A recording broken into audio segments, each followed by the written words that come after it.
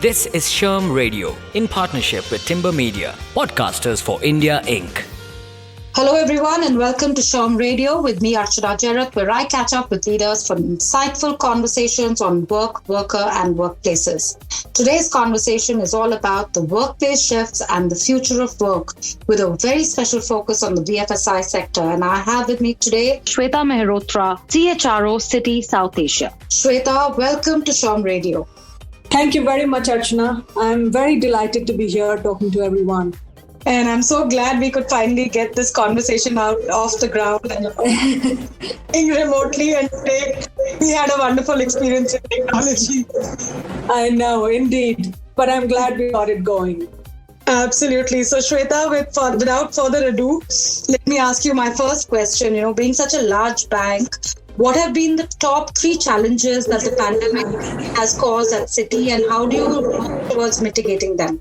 So, let me start by saying, Archana, it's been a very interesting past few months, to say the least. I think we started out the year thinking it's going to be, a fantastic year. And then in March, we got hit with COVID and with many unprecedented challenges on the business, economic front, as well as people front. So it's been a challenging year, to say the least. And let me talk a little bit about how we have dealt with them, what are the challenges that we have faced as we've gone along.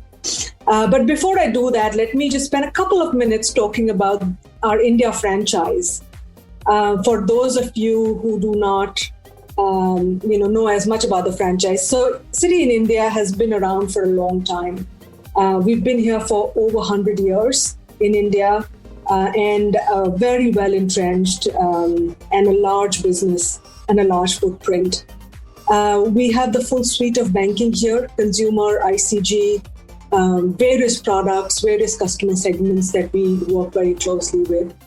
Our branch footprint is across over 20 cities. And we have a fairly large shared services presence with almost 16,000 employees who serve close to 98 geographies for Citi globally. So it's a very material operation for Citi, a very significant operation that we have here. And as I was saying, it's been a year full of challenges. So I can keep going on and on, but I think the big ones that come to mind are really when we went into the lockdown. It was at a fairly short notice, and we had to make sure that all our employees were equipped to work from home. So while we have flexible work policies, but we did not anticipate a situation where almost 95% of our staff is going to work from home. And even your continuity of business plans are set keeping in mind that one location may go down, but some of the other locations may continue to be up.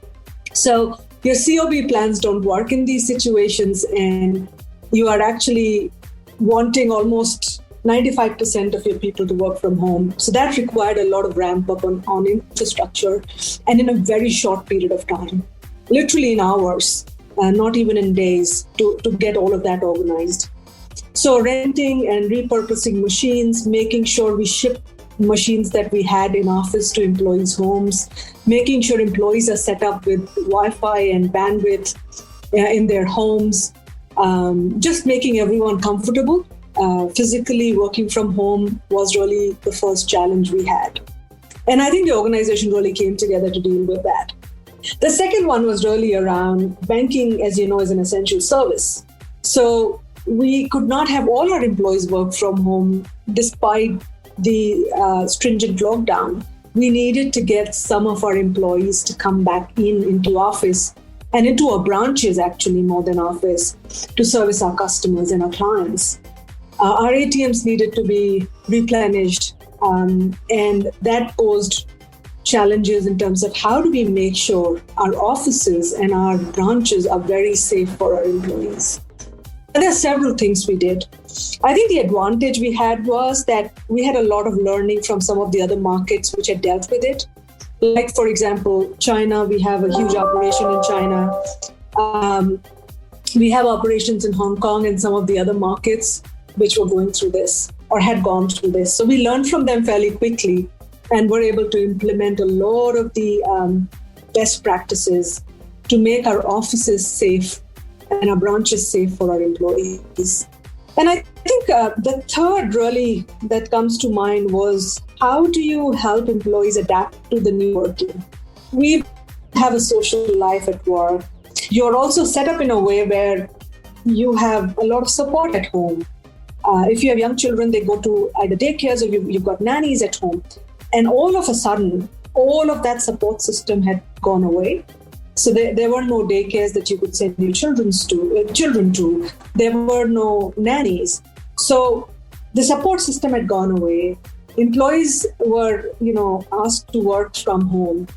And I think, there is a lot of blurring of boundaries which happens as well, because you are working and not working in the same four walls of your home. So people started to work fairly long hours without realizing that, they had to distinguish or create that boundary between their professional and their personal time. So just helping people straddle through all of that, I think, was the third big challenge. And this whole uncertainty, this whole pandemic and has had a impact on people's mental well-being as well. There was lots of anxiety. You've got people in your own family, in your own friend circle falling sick and having to go into hospitals. All of that creates lots of concern and anxiety. So just being close to employees and helping them manage this in the most empathetic and sensitive way has been, another challenge. And I think, we've really stepped up to make sure we do everything possible for our employees.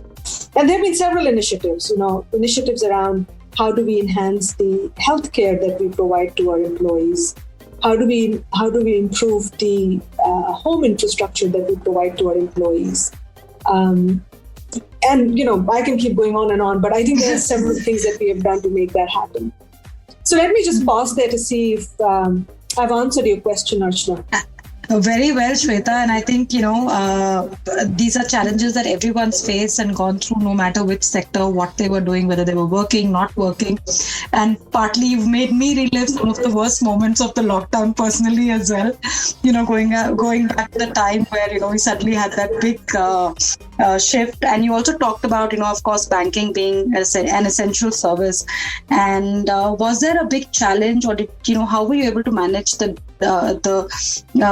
request to people to still come in and work and put themselves right in front from a risk perspective, by being in the branches, by being out there and making sure the ATMs were being worked and all of that?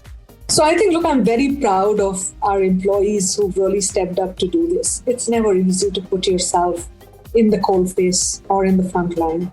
And the employees have done that.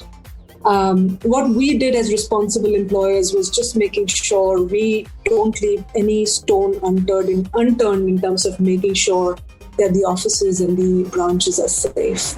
We also tried to minimize number of people in office to the extent we could. So really made it bare bone so that we could continue to service our clients, but at the same time, we keep our employee health and safety front and center.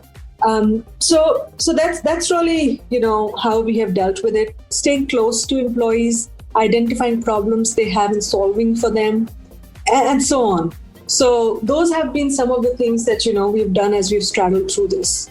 So thank you, Shweta. I think, a big thank you, heartfelt thank you from me and from all our listeners to, the support that was extended by your staff and all the other people who were there during this time, managing the essential services. We'll just come back. We'll take a very short break at this point and be right back with this conversation where we can talk a little bit more on the long-term relationships that we're looking at, specifically in the banking and financial sector. You are listening to SHRM Radio in partnership with Timber Media, podcasters for India Inc. Welcome back, everyone. I am in conversation with Shweta Mehrotra, and we're talking about the workplace shifts and future of work in the banking and financial services sector. So, Shweta, Citi started an initiative of COVID distress incentive for employees. Can you share some insights on the philosophy behind this and why you felt it necessary? So, Archana, this is something that Citi did globally in all markets that we operate in. And the essence or the ethos behind this was really, how do we stand by our employees during this time, during these tough and challenging times. And the way it got, the way we executed this was, we identified employees who were below a particular income threshold in every market, and we gave them a one-time incentive.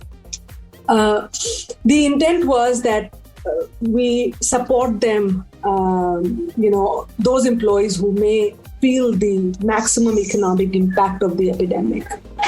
And this could manifest in many ways. You could have somebody in your family who may have had a job loss, or who may not have got who may have had a pay cut, or you could have some health issues in the family, and so on and so forth.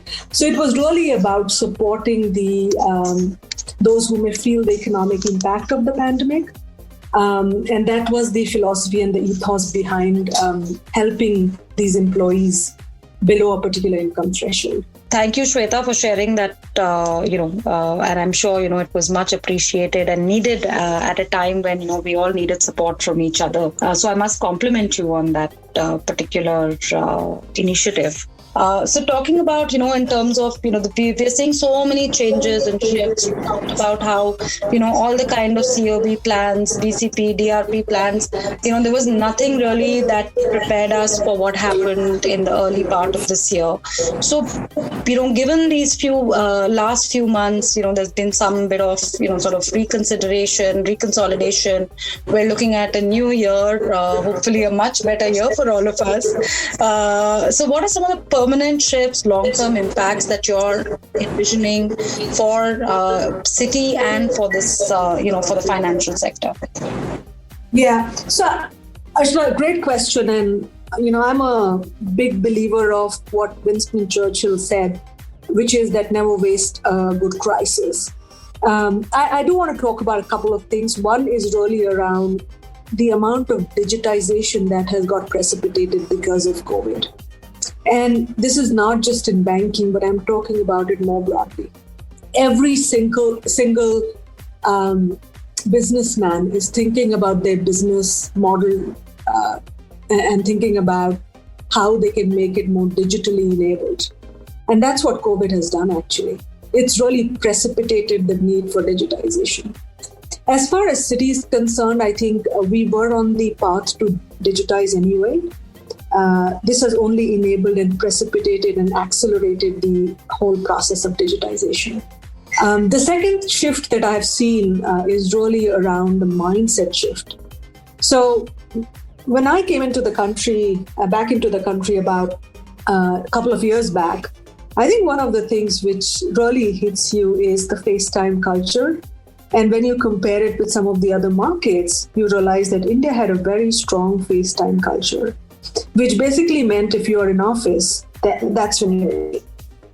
And with COVID, which has forced many jobs which we couldn't have even dreamt could be done remotely, are being done remotely, it's really forced a mindset shift. And today I have a lot of managers who come and say that, look, this is the job and it surely can be done flexibly, or it surely can be done remotely. So I think it's enabled a mindset shift to more flexibility in terms of work arrangements. What I would also say, and this is something that I know several Citi senior leaders have also been talking about, is the whole piece around apprenticeship and the fact that we are in the business of apprenticeship, where we feel that or believe that employees really learn from each other. And the collaboration and the innovation which happens when you get teams together is really remarkable. So we also believe strongly that the office is not dead. So I'm optimistic that we will move to more flexible ways of working. Though I'm also, as I said, saying that there is a lot of merit in getting employees together physically and not doing everything virtually. Everything virtual doesn't work. The office is not dead, but this crisis should enable more flexible work. No, very true, Shweta. In fact, I think it has driven home another very popular saying in English, which is never say never. And, things that we said would never happen or is not possible in a setup, corporate setup, are coming true. And, let me end by asking you a very quick, short question. 2 years ago, if somebody told you that, in your organization, especially in the perspective that it's a bank, that 95% of your staff would successfully be managing the work from home, what would your reaction have been then, which you were forced to do eventually, as you mentioned earlier? Yeah, it's, look, I think we did not fathom that we will be in a situation where 95% of our employees are going to work from home. It's been almost 8 months, I'll be honest. And as I said earlier, these employees have done this fairly successfully as well. So, but this whole 8 months of experience and living through it and getting forced into a pilot situation has really brought about mindset shift, mindset change. And I'm just hoping that we are able to capitalize that. Oh, wonderful. And it's been such a wonderful conversation, Shweta. Unfortunately, we're out of time, so we'll have to, sort of wind up here. So Shweta, thank you so much for sharing your wonderful perspectives, your learnings, as well as, some of the wonderful practices that Citi is adopting. I'm sure our listeners will be really, appreciative and find this very useful in their own work. Thanks for having me, Archana. I enjoyed the conversation and I wish all those who are listening in all the very best. Thank you, Shweta. And thank you everyone for listening into SHRM Radio in partnership with Timber Media Podcasters for India Inc. This is SHRM Radio in partnership with Timber Media Podcasters for India Inc.